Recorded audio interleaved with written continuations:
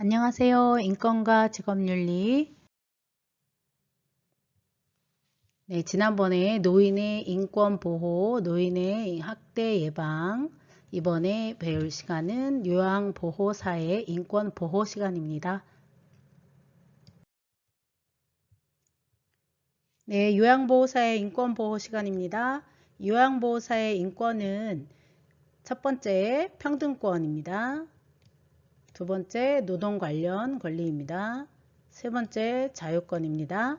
그래서 요양보호사의 인권을 크게 세 가지로 구분했는데요. 노인의 인권 보호와 크게 다르지 않습니다.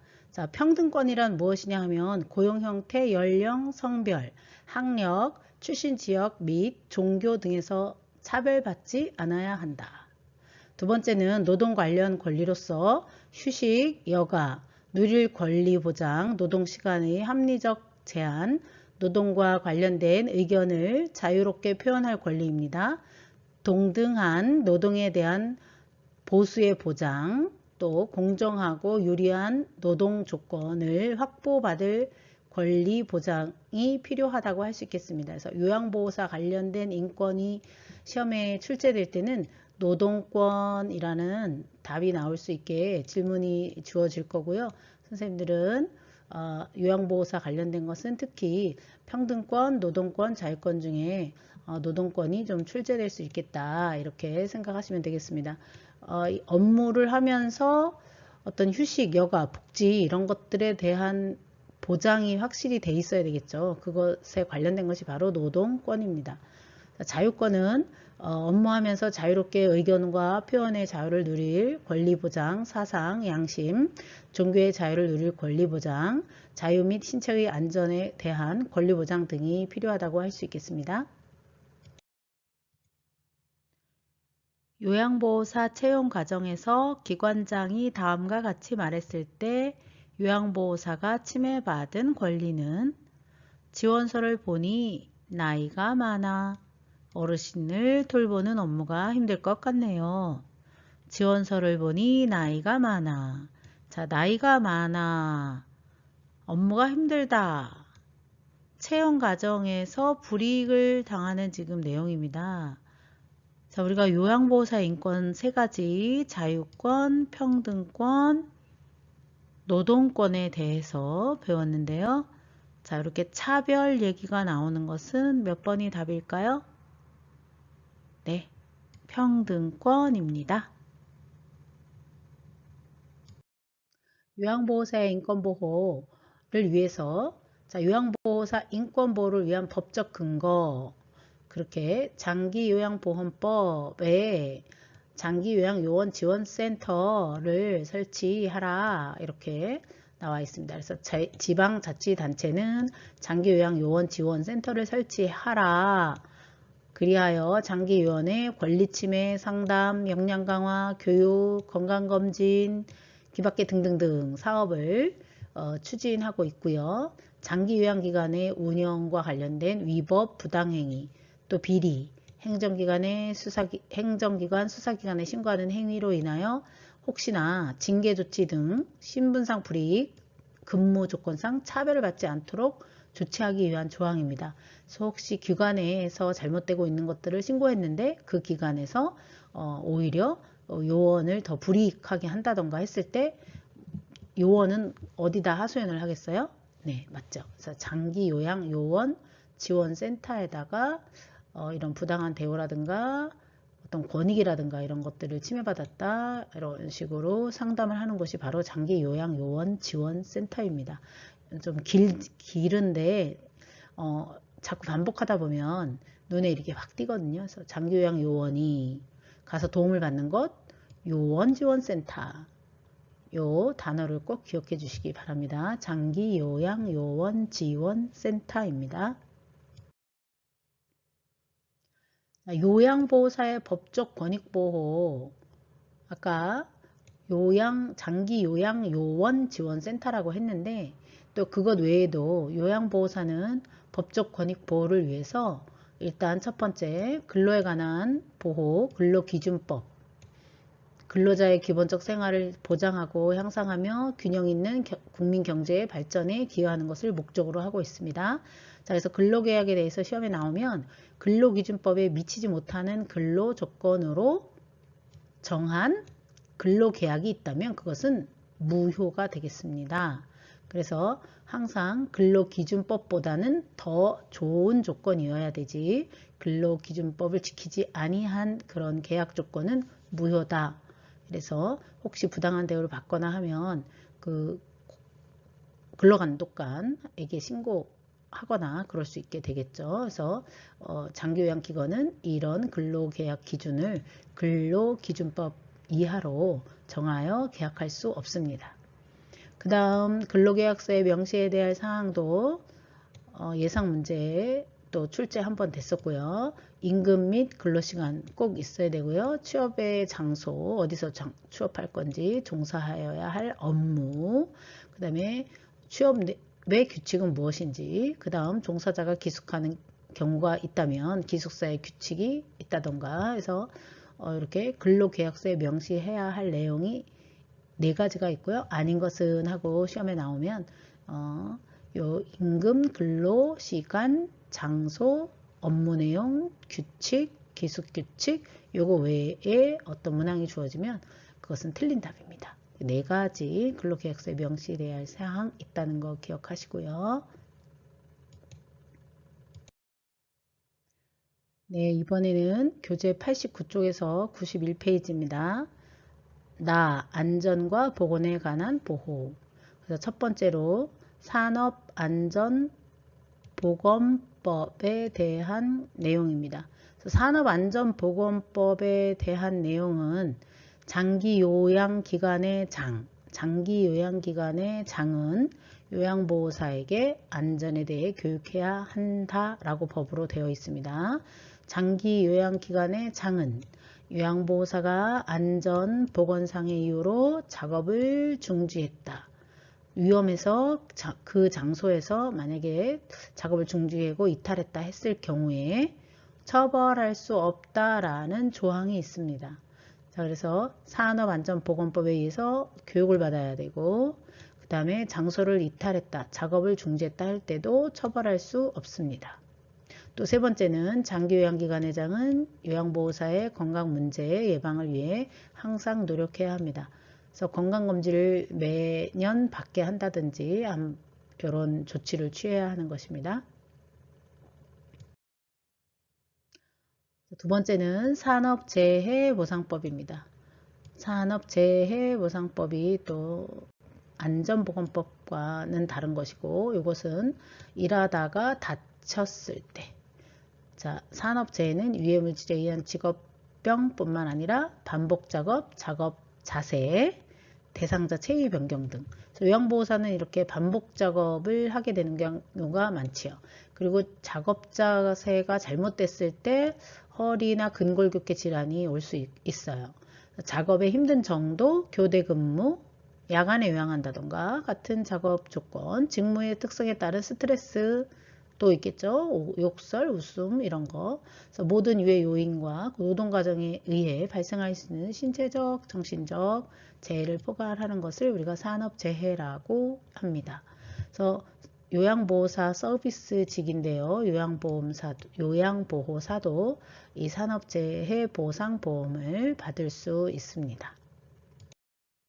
자, 그러면 시험에 꼭 나오기 때문에 암기 숑숑 하셔야 될 내용인데 한번 들으시고 머릿속에 쏙 집어넣으시면 되겠습니다. 자, 산재를 당했다. 산재 근로자이다. 자, 이럴 때 산재 요양 중입니다. 또는 퇴직을 했습니다. 또는 사업장이 부도가 났어요. 또는 폐업했어요. 어떡하지? 네, 급여 지급에는 지장 없다. 네, 급여 지급에는 지장 없다. 자, 그 다음 산재를 당했더니 기관의 장이 당신 나오지 마세요 라고 할 수 있다 없다? 해고할 수 없다. 해고할 수 없다. 자, 그런데 그렇다고 만약에 근로자가 계속 아프다고 하면서 근태의 문제가 있다 하면은 무조건 해고를 시키지 못한다면 기관장도 힘든 상황이 오겠죠. 그래서 만약 산재 요양 기간에 치료를 종결했다면 다 나았다, 종결했다 한다고 했을 때는 30일간은 해고하지 못하지만 요양이 끝난 30일 이후에는 해고 정리할 수 있다. 어떨 때? 요건을 충족했을 때, 뭐 무단 결근을 한다던가 업무하다가 뭐 툭하면 작업을 중단한다던가 등 어때 작업장 그 기관에 불이익을 주는 행동을 한다. 그러면 요건을 충족해서 30일 이후에는 해고할 수 있는 조항이 있습니다. 자, 그렇다면 보험급여는 세금을 뗄까요? 안 뗄까요? 네, 보험급여는 세금을 떼지 않습니다. 면제입니다. 그래서 만약에 1억이 나왔다. 그러면 세금 떼지 않은 1억이 그대로 통장에 들어오는 것이죠. 자, 그 다음 보험급여를 받을 권리. 보험급여를 받을 권리. 네, 급여 내용에 따라 3년 또는 5년 안에 신청하면 되겠습니다. 그래서 유효기간은 얼마냐? 그러면 3년 또는 5년이 답입니다. 자, 요양 그 보험급여, 산재보험급여는 자, 이렇게 돈을 목돈을 타거나 할 수 있겠죠. 자, 그런 돈을 어떻게 양도, 남에게 넘기거나 또는 타인이 압류할 수 없습니다. 즉 채권자가 건드릴 수 없도록 해놨죠. 이 산재보상금 같은 경우에는 목숨값과 같은 거기 때문에 이 돈은 함부로 할 수 없게끔 법으로 규정해 놓고 있습니다. 자, 다시 한번 암기. 자, 산재 요양 중 퇴직했다, 산재 요양 중이다, 퇴직했다, 부도가 났다, 폐업했다. 자, 급여 지급 지장 없다. 자, 산재를 당했다는 이유로 해고할 수 없다. 산재 요양기관 치료를 종료한 경우 30일 안에는 해고하지 못한다. 하지만 30일 이후에는 요건을 충족했을 때 해고할 수 있다. 다음 보험급여는 세금을 떼지 않는다. 면제입니다. 보험급여를 받을 권리 급여 내용에 따라 3년 또는 5년간 유효하다. 그 다음 보험급여는 양도 또는 압류할 수 없다. 예, 채권자가 건드릴 수 없다. 자, 머릿속에 암기 숑숑 하셨나요? 자, 그 다음은 성희롱으로부터의 보호입니다. 성희롱은 대상자와의 관계에서도 이루어지고 또 직원과의 관계에서도 이루어질 수 있겠죠. 보통 돌봄 서비스 현장에서 우리가 성희롱이 빈번히 있다고 합니다. 이럴 때 요양보호사는 빠른 판단과 그 다음 적극적인 대처, 적극적인 성희롱 상황에서 벗어나도록 노력해야 하는데요. 자, 요거는 어떻게 시험에 나오냐?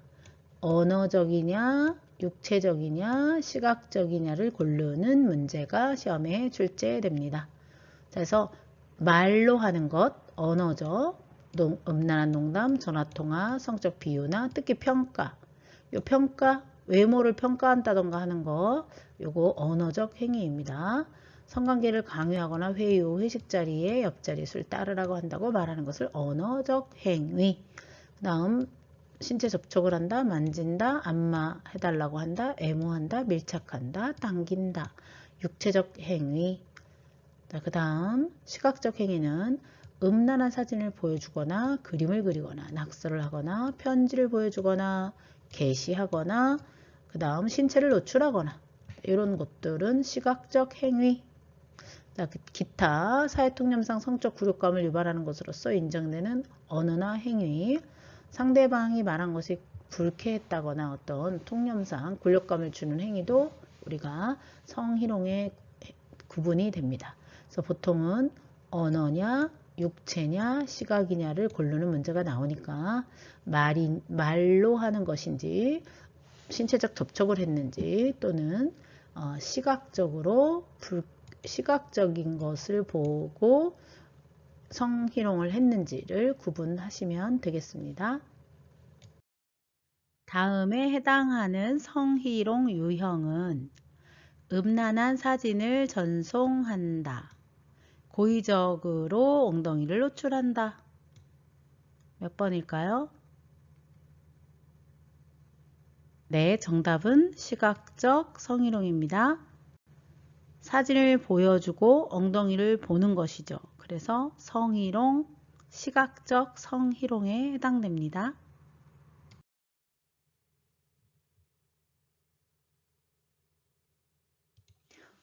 성희롱 대처 방안입니다. 장기 요양 기간의 대처는 어떻게 할 것이며 요양보호사는 어떻게 하는지에 대한 내용으로 공부하겠습니다. 장기 요양 기간의 장은 성희롱 예방 교육을 1년에 한 번은 꼭 시켜야 하고요. 성희롱으로 인하여 보고를 받았다. 피해자가 생겼다. 그렇다면 그 피해자에게 불이익을 조치하면 안 됩니다. 다음 직원 간 성희롱이 발생했다. 그러면 누구를? 행위자를 징계합니다. 성희롱 처리 지침 문서화 되어 있어야 합니다. 성희롱 시 가해자가 받을 수 있는 불이익, 향후 대처 계획에 대해서도 명확히 설명. 네, 갑자기 서비스를 받다가 중단하다거나 이러면 대상자도 당황스럽겠죠. 그래서 미리 어떻게 하겠다라고 설명합니다. 대상자 가족에게 또 상황을 설명해야겠죠. 그래서 시정을 요구하도록 도움을 받고요. 그런데도 불구하고 상습적으로 계속한다. 그러면 요양보호사는 녹취라던가 일지를 작성해 둘 수 있습니다. 성희롱한 서비스 대상자에게는 장기요양기관의 장은 재발 방지 약속을 받고 한 번 더 기회를 주거나 또는 재발 약속을 했음에도 불구하고 지속적으로 한다 아니면 사안이 중하다 했을 때는 서비스를 중단할 수 있습니다. 자, 요양보호사는 그러면 어떻게 되느냐? 자, 요양보호사는 성희롱이 발생됐다. 그러면 감정적인 대응은 삼가하는 게 좋겠죠. 그리고 표현은 어떻게 한다? 단호히. 자, 시험에 단호히가 나오면 아니면 문항에서 단호히를 골라서 답을 달면 되겠습니다. 항상 단호히 거부 의사를 표현하여야 합니다. 모든 피해 사실을 기관의 담당자에게 보고하여야 합니다. 기관의 담당자에게 보고하여 적절한 조치를 취함을 받아야 되겠죠. 자, 그 다음 그럼에도 불구하고 심리적으로 불안하다. 안정이 안 온다. 그랬을 때 치유상담, 법적 상담을 받을 수 있는데 그 전문기관에 가서 받는 것입니다. 어디? 성폭력 상담소, 여성노동 상담소 이런 데는 내가 일하고 있는 장기 요양기관 일터가 아니라 외부 기관이겠죠. 그래서 외부 기관에서 외부 기관에서 도움을 받도록 합니다. 평소에 성폭력에 대한 충분한 예비 지식과 대처 방법을 숙지하면 좋겠죠. 자, 이런 것들은 장기 요양 기간의 장이 성희롱 예방 교육 1년에 한 번씩 했을 때 꼭 잘 교육을 받았다가 어떻게 대처할 것인지 우리가 그 서비스 돌봄 현장에서 남자 어르신들에게 이런 성희롱을 받았다. 10명 중 9명은 그렇게 됐다라고 어디 요양보호사에서 표현하는 걸 봤었거든요. 그래서 이런 거에 대한 대처를 여러분들도 꼭 하셔야 되기 때문에 시험에 아주 단골 출제 내용입니다.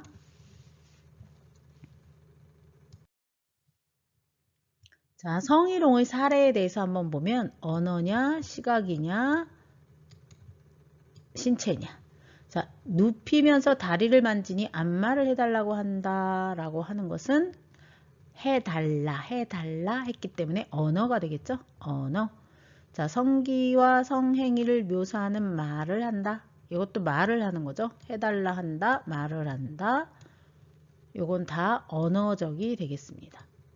자, 그 다음 몸을 지탱하기 위해 신체 여러 부위를 무차별적으로 잡았다. 요거는 신체적 신체적 성희롱이 되겠습니다. 자, 오늘도 수고하셨습니다. 다음에 또 만나요.